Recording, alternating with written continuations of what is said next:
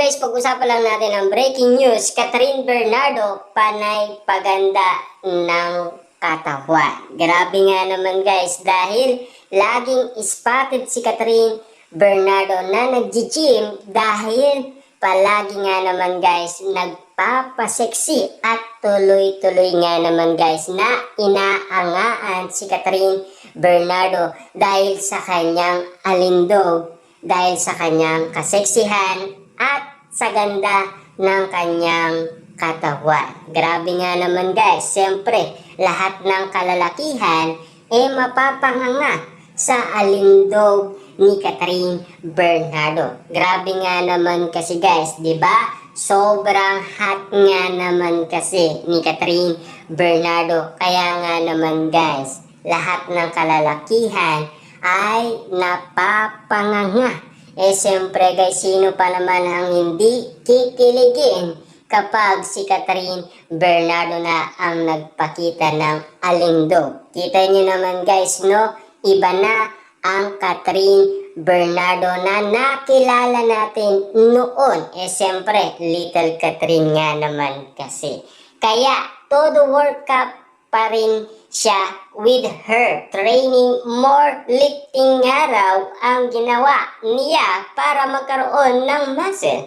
Sa July 9 na ang final ng Super Buds competition na ang aktres mismo ang muka ng campaign. Kaya naman effort kung effort sa pagpapaseksi ang Asia Phenomenon Superstar dahil ayaw naman niyang mapag-iwanan sa ganda ng mga ibang kababaihan, diba? Lalong-lalo na nandoon din kasi si Marian Rivera na tumalo nga naman kasi sa kanilang movie na Hello, Love, Goodbye.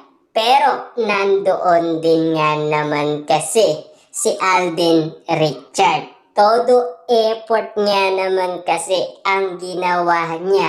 Pero sino ang nakakita? Robby Domingo. Muntikan nang masabi ni Robby Domingo na nandoon si Alden Richard at todong-todo ang ginagawa niyang effort para kay Catherine Bernardo. Siyempre, mahal na mahal niya si Catherine Bernardo. Kaya nga naman, bigay todo itong si Alden Richard. Katawan ng mga candidates nun.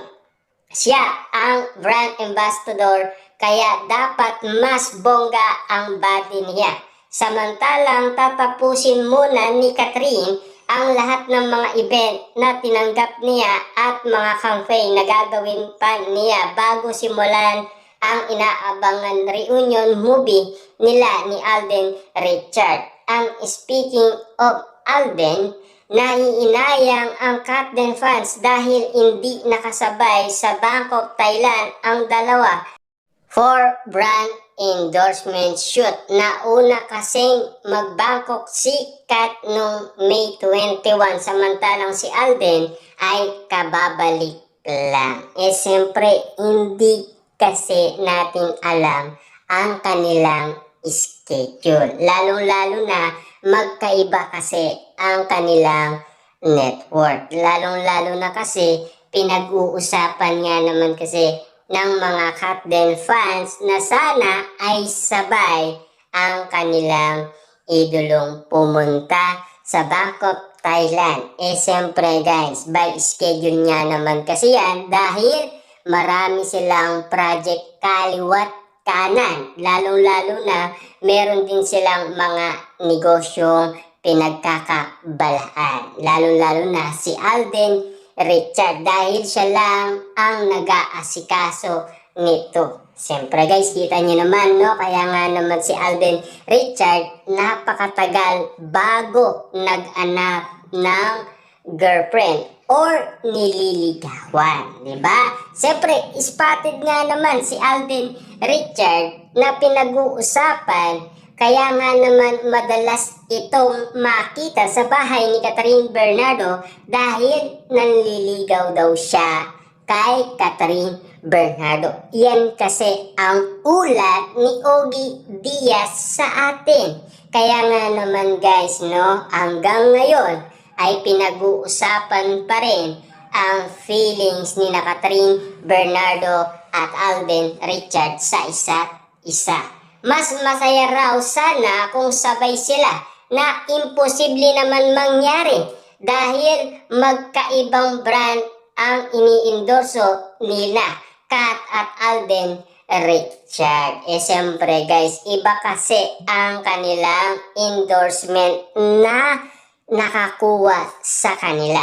Lalong-lalo na si Catherine Bernardo ay busy rin. At si Alden Richard. Ang pagkakataon nga naman kasi, malay natin, dumating ang araw na mabalitaan na lang natin na talagang si Catherine Bernardo at Alden Richard ay mag-on na.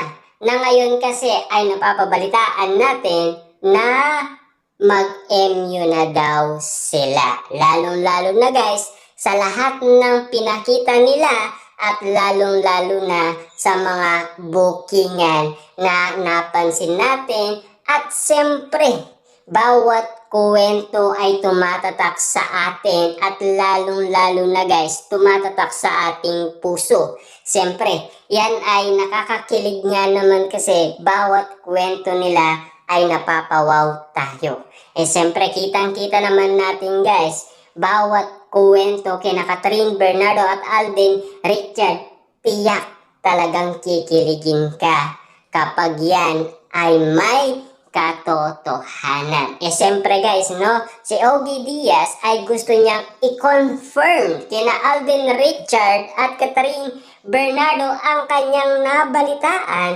na mag-MU na daw sila.